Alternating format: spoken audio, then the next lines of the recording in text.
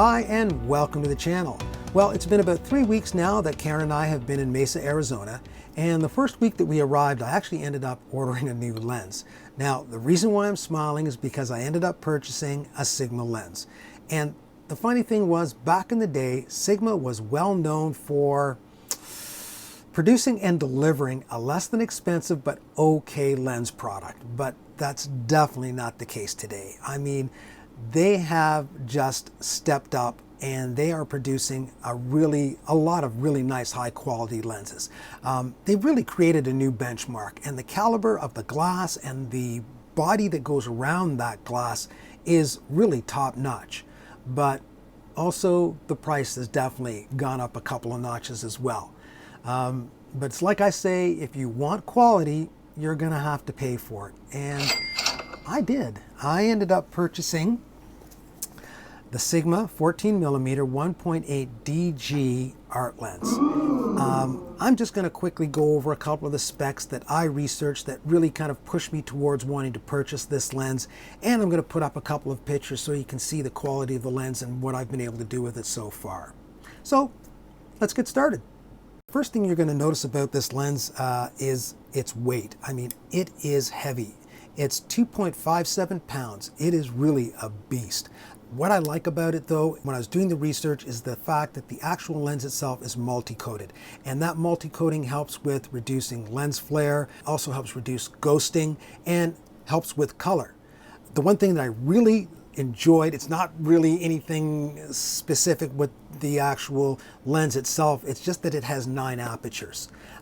It has 9 aperture blades. And what I like about that is the fact that I do a lot of nighttime photography. So when I'm actually out and I'm doing some urban photography and I'm standing in the middle of the road late at night and I've got the street lights going down left and right side of my composition, I want to be able to create that star effect. I think that looks really cool. And the thing with this particular lens, because it has the 9 blades, it actually will give me 18 points of light in all of my stars. So, I mean, can you imagine all of those street lights with 18 points of light? I think that would look just phenomenal. Just as a point, I mean, anyone can do, create that star effect by narrowing down their aperture from 11 to maybe 16, and that will help create that point of light or that star effect. But what really makes it is the amount of blades that you have inside your lens. So if you have, let's say, 5 blades, you would get 10 points of light. If you have 7, you get 14. If you have 9, you'd get 18. If you have 10 blades, well, then you get 10 points of light. So really the rule of thumb here is, if you have a lens that has an odd number of blades, you basically multiply that by 2, and that will let you know how many points of light you're going to get when you actually want to conduct that, star effect in your photography. Okay, well, let's get back to it here. You know what? There's one other thing that I want to bring up. I don't condone standing in the middle of the road to do your photography, okay? Well, I did here. But if you are going to stand in the middle of the road, make sure that you have somebody with you that can warn you that there's a car coming. I actually had John, Deb, and Karen with me to let me know that there was traffic coming. So it's just, be smart, be safe. All right, let's get back to it. So we've talked about the aperture. I think we need to talk about the glass inside this particular lens. This lens actually comes with 16 elements of 11 groups. That's a lot of glass. But the thing that makes it so special, at least when I was doing my research, I think that's the one thing that drew me towards actually wanting to purchase this. Sigma, really, they capitalized on putting good glass in this. And what they did is, out of those 11 groups, 3 of those groups actually have FLD glass, and 4 of those groups have SLD glass. Now, if you're wondering what FLD and SLD glass is, it's an ultra low dispersion glass that really, it performs at a high level. And I guess what I mean by performing at a high level is that the FLD and SLD glass, basically it's used specifically for the reduction of chromatic aberration. And you definitely do not want any chromatic aberration in any of your photos. Basically, chromatic aberration creates a really ugly colored line around the object of anything in your composition. and you just don't want it. So I think by Sigma actually incorporating both of those glass groups into this lens, I think it makes for an outstanding quality lens. Okay, well, let's talk about the lens body. It's not really that much different than any other high-end lens that's really out on the market right now. You've got your engineered plastic, but the one thing that I really do like is the back end of the lens. It's metal at the back all the way up to the bayonet.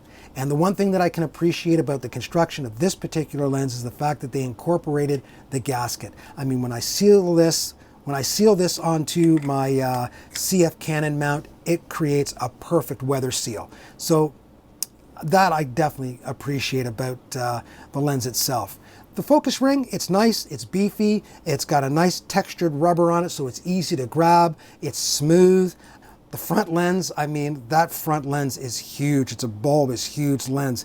And you've got a fixed petal hood on this, or sometimes they call it a tulip hood.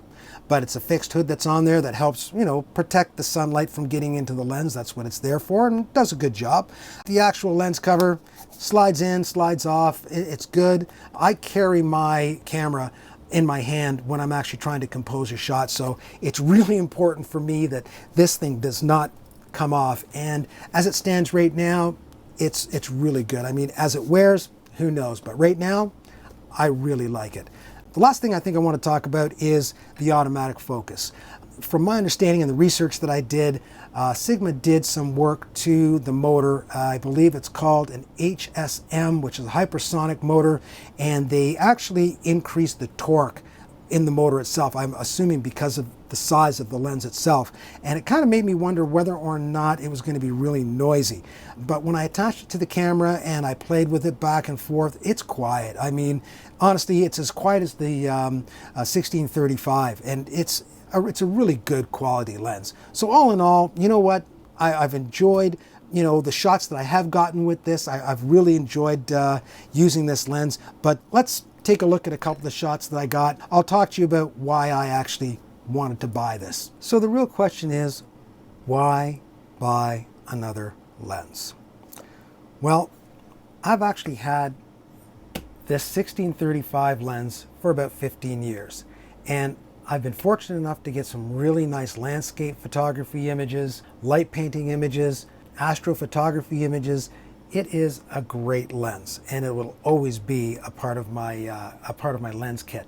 But I think I wanted something faster, and I did a lot of research on 14mm lenses, and there's a lot of lenses out there that are good quality glass lenses. They're a lot less, not as expensive as the Sigma, and there are some that are pretty much in line with the price of the Sigma. For me, I think it came down to performance. I really wanted a lens that had a lot of light gathering potential, and this being a 1.8 lens, it actually has like 1 1/3 stops more light gathering potential than my Canon 2.8. And I think that's what really did it for me. So this is going to have a few more benefits to it than my 2.8. First, I'm actually going to be able to reduce my ISO. And being able to reduce my ISO means I'm going to be able to reduce the amount of noise I'm going to have in my photography, which is great.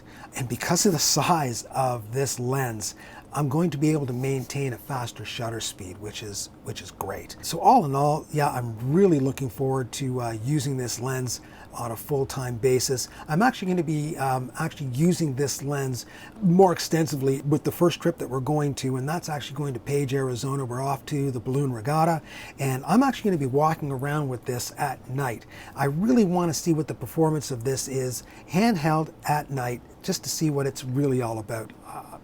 I don't think I'm going to be overly surprised or shocked because of the images that I've taken so far. I'm really, really happy with it.